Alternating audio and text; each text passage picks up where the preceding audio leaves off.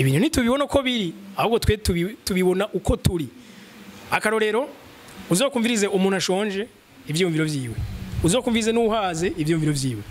Ivyo tubonesha amaso keshi na keshi siko biba biri, tubibona selon la situation twe turimo. N'ubose bikoreye amaboko bani wacu nta kigenda ifo kuhava, bakabona hakenye vyinshi, ati none hakenye vyinshi rega n'amahirwe yanje ricari bisoko ako nkora kose ndaza kuronka isoko, ati kuja mu gihugu giteye imbere, ati ni vyiza mugabo naho kugira uitanguriza umurimo wawe abantu biragumye, biza gusaba amafaranga menshi, biza gusaba gukurikiza inzira z'amategeko nyinshi,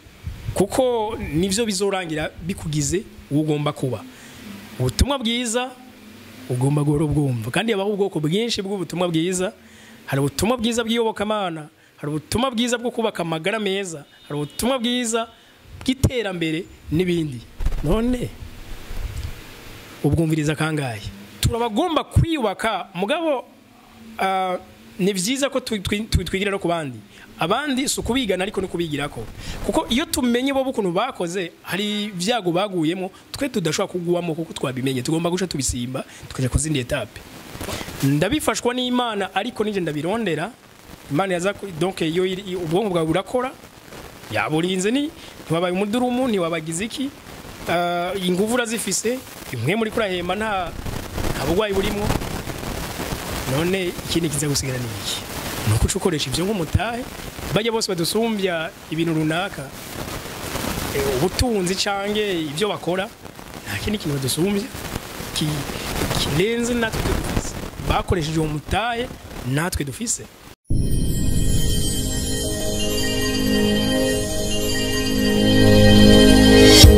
Okay, yes. Reka tubaramutse tubipfuriza amahoro y'Imana n'abantu,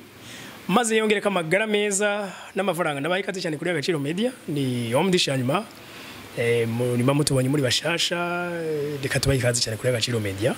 tubabwire ko ngaha ni ishure, ni ishure ryigisha ubuzima. Mu mashure niba twigisha ukuntu twokirira amafaranga cyane kandi tuyakeneye cyane. Mu ma eglise niba bitwigisha,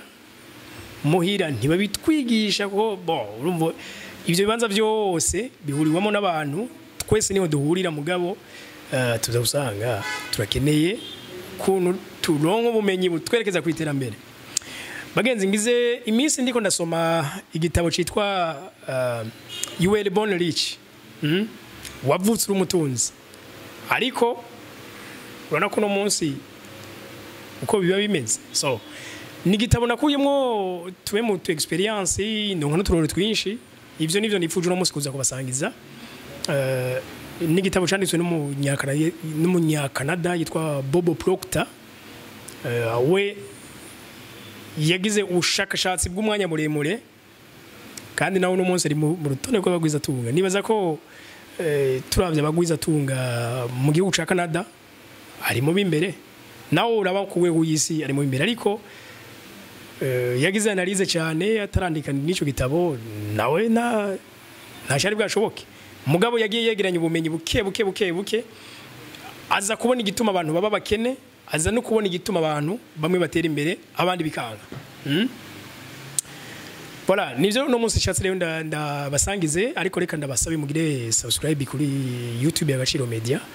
niho tubasangiza ibiganiro bitandukanye, tugaha micro abantu badusangiza kame mu bumenyi, bakadukaririza ubwenge mu buryo bw'iterambere. Bagenzi, nivyo turakeneye amagara meza, turakeneye amahoro, ariko ivyo byose biryoshwa no kuba dufise amafaranga. Okay, nkuko abivuga Bobo Proctor ati You Were Born Rich, wavutse uri umutunzi, wavutse uri umukire. Reka ndabigarukane neza mu kibano cacu kugira mu bitahure. Jewe ngira gahungu gatoya ndakana ku ishure, twarakina mabiye ndibaza aya mabiye keke bayita tupi n'amabiye. Okay, twe twarakina mabiye turi abana batoya, hama abana n'abatsinze n'abariye menshi, tuje dufata ya mabiye tukaje tuyadandaza. Ni nkuko je nakoze atletisme, narirutse mwe abantu mu birakomera, ariko nahoze ngira narafata ikintu c'icuma twanyongisha umusumari tukasunikisha tukiruka tukarirwa tuzunguruka amashuri canke tugafata igipine umwana rero yabashaka nawe aryohewe agiye kuri umunezero yecama double feuille kurupapuro sivyo jiyo gasanga ntahanye impapuro nyinshi zoshobora kubaka iyindi kaye kandi hari niye nacanja kuraba umuntu se graphese aho nyine nkaba nkoze iyindi kaye ivyo bishatse kuvuga iki bishatse kuvuga ko wari wese l'entrepreneuriat yarayivukanye muri we yarayivukanye muri we akanu utuntu two kuvuga ngo reka nkora utuntu twanje tuma amafaranga ibyo wari wese yarabivukanye ariko kuko bitabandanije buye impamvu usanga bitabandanije biva ku bintu byinshi bitandukanye nk'akarorero sinobabesha je nakuze nkunda umupira wa football ariko no munsi murazi naho twokumva baba kinyirurangiranwa ba Cristiano Messi ba Messi ba Mbappe nabandi abo mpora ndabumva uko ahari hose urabona bavuga mugabo menya makuru yayandi n'umunyagiko wese wundi yamenye ariko urazi ko naho boza ukina ngaje ntaje kuraba inkino nyinshi zibera kuri televiziyo hamwe usanga abantu batoze muri sale je sinje kuraba no kuri nemwe baza ko bunye ari abavuga ngo nta kaburimvo ikintu cyose kiba kubera impamvu yacu nahoze nkunda football ama ngira umubanyi umupasteri ino umupasteri nigira ko vyinshi pe kandi no mu kibano je nakuriye mu misozi ugatumbi wacu yere mu bantu bubashwe kandi bitwa ko bateye imbere gusumba abandi kuri je rero yari umuroro mudo cyane ariko muzi ko yanka football yavuga ngo muri football ngo biriya bintu ni vya gishetani ngo wanashima ngo umuntu ngo aragenda ngo hako mugenzi we ngo yotemba gaje agapira gakakingiza hariya akaba musinze ahitamo kumukubita igica mu rundi akaba yonavunika ati none ari umuntu aje kuvuna uwundi biri mwikweri roho w'Imana igaranya nk'ishe football burundu mwumva ico ngiye kuvuga ice carico burya ico wizera peporte kiba kibi kiba ciza kirakunda ariko kandi kije kinakugira ko impact gusumba umunsi umwe nari nabaye chronique vraiment numva ko mupira ntubananye nawukina mugo umunsi umwe shambona ano ariko arakina vraiment agapira ijya barona kwidundika hari rugutwe twamenye rukina imipira bisashe cyangwa ibishambara bakaboha bakazingira ni je mbwa tubona nyine umupira ballon cyaragenda turakina kubera ko nari umuntu anyaruka cyane equipe zaba ziko zirakina umva zazinze hajya gatuma nyene barantanguranwa umwe ngo reka ngo naze muri equipe wacu naze muri equipe wacu okay ndaje muri imwe rero turakina sinzi wateye mu baro cyane izana na hejuru ndasimaje kuyikubita umutwe umugene wa pastori rero ajaza urundi muntu ankubita kick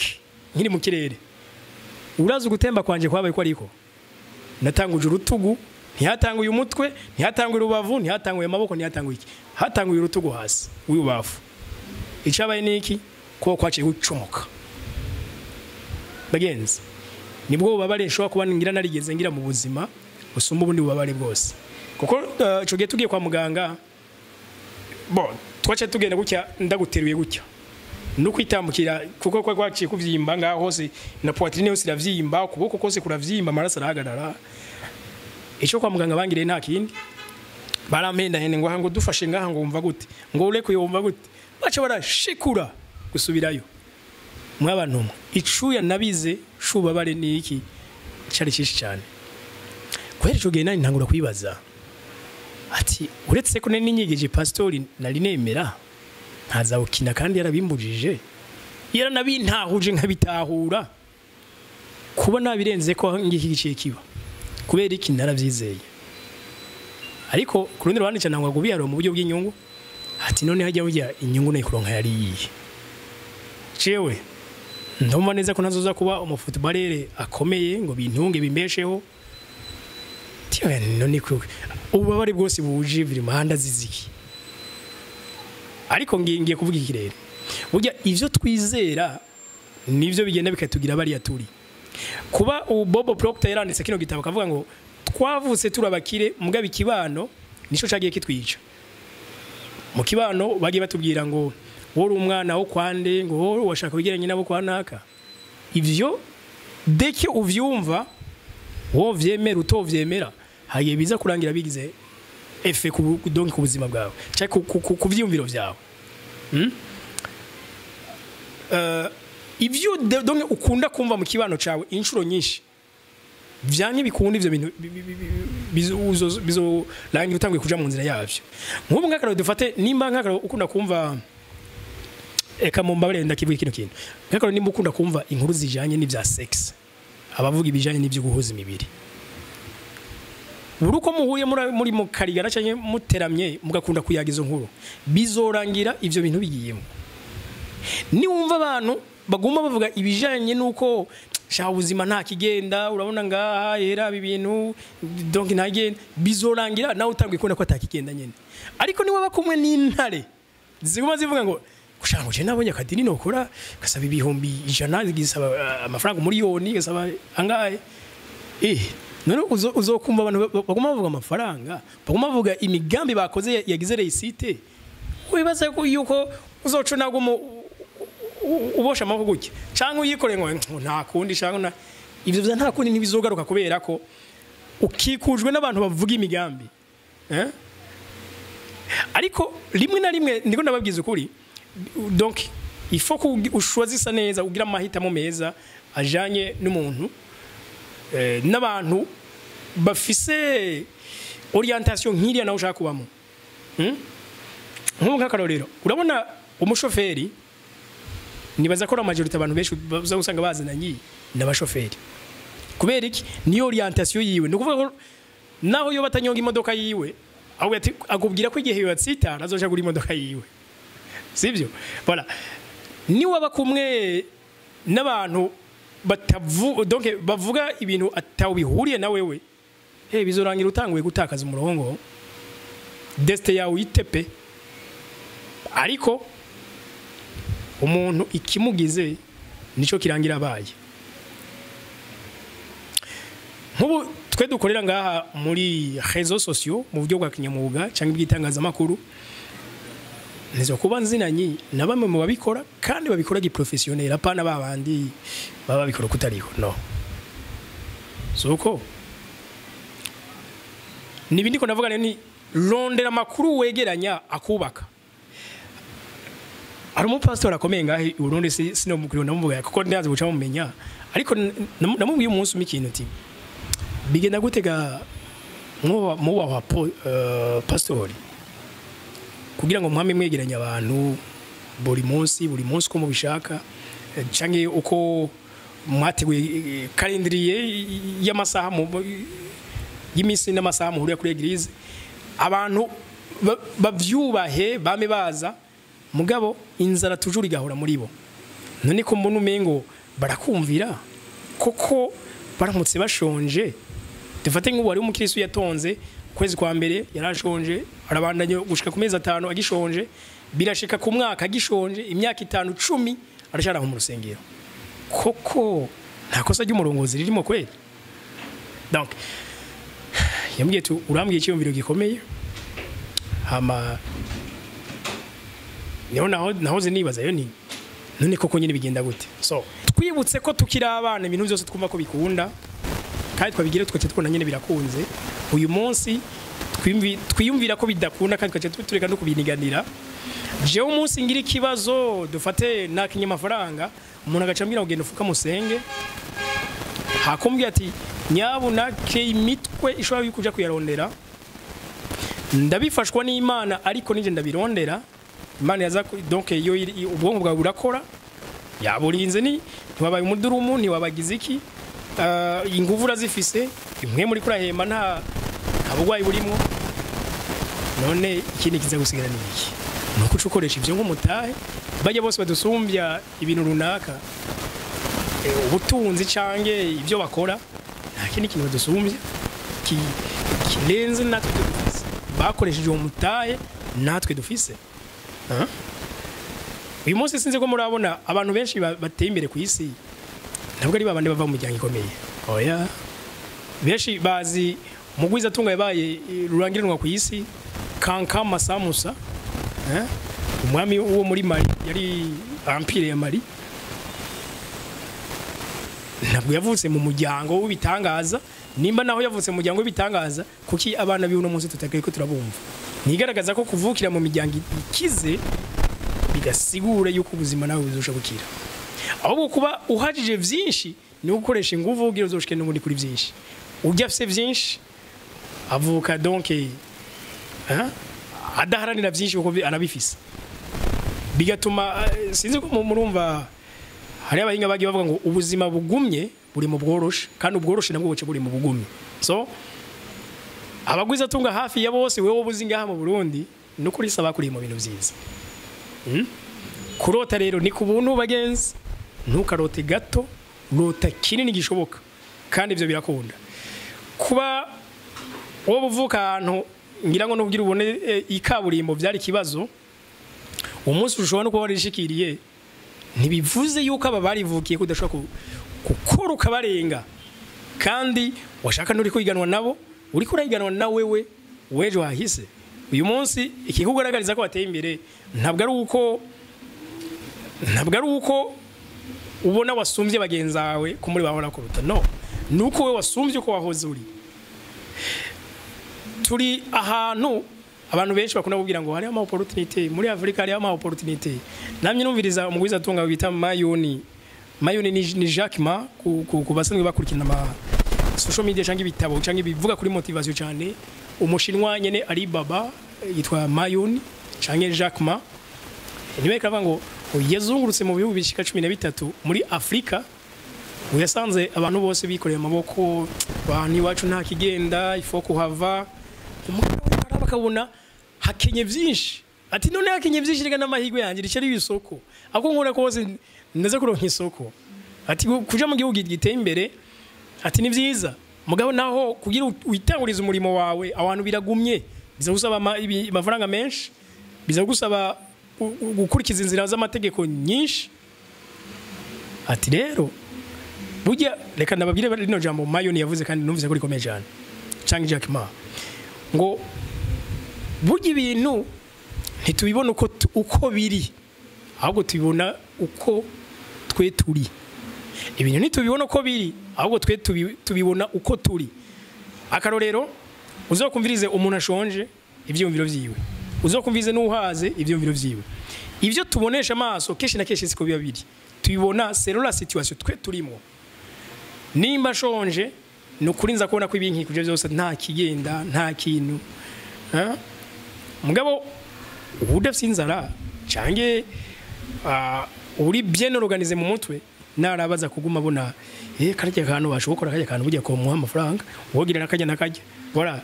nuko rero nabwira nti naba ivyo winjiza muri servo yawe kuko nivyo bizorangira bikugize ugomba kuba ubutumwa bwiza ugomba goro bwumva kandi yabaho ubwoko bwinshi bw'ubutumwa bwiza hari ubutumwa bwiza bw'iyobokamana hari ubutumwa bwiza bwo kubaka amagara meza hari ubutumwa bwiza bw'iterambere n'ibindi none ubwumviriza kangaye urashaka iterambere ariko nta gitabo na kimwe kivuga ku iterambere urigera usoma urashaka iterambere nta motivation nimwe y'umuntu yateye imbere ushaka no gukurikira sasa bigende gute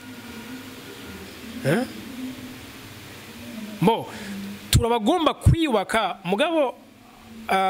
ni vyiza ko twigira no kubandi abandi sukubigana ariko no kubigirako kuko iyo tumenye bo bukuntu bakoze hari vyago baguyemo twe tudashobora kuguwamo kuko twabimenye tugomba guca tubisimba tukaje kuzindi etape voilà nibyo rero ndabashimiye gose ndababwira kandi no kubakeneye ibyo bitabo bivuga kuri développement personnel cyangwa bivuga ku bumenyi bujanye no kugwiza amafaranga donc nta muntu umwe atayaronka amafaranga twese turayaronka ubwabo kandi baje batera imbere ntabwo ari babandi baronka menshi no ni babandi bakreye utuntu tuyazana inshuro nyinshi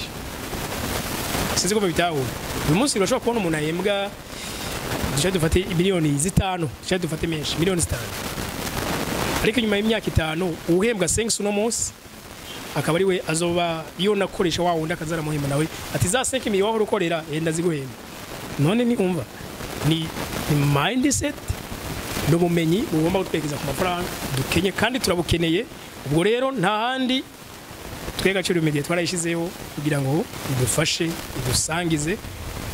ibi n'ibindi byinshi bitandukanye kandi mu madomene yose. Voilà, nuko ndabibutsa kandi ko nukeneye kwigira réseaux sociaux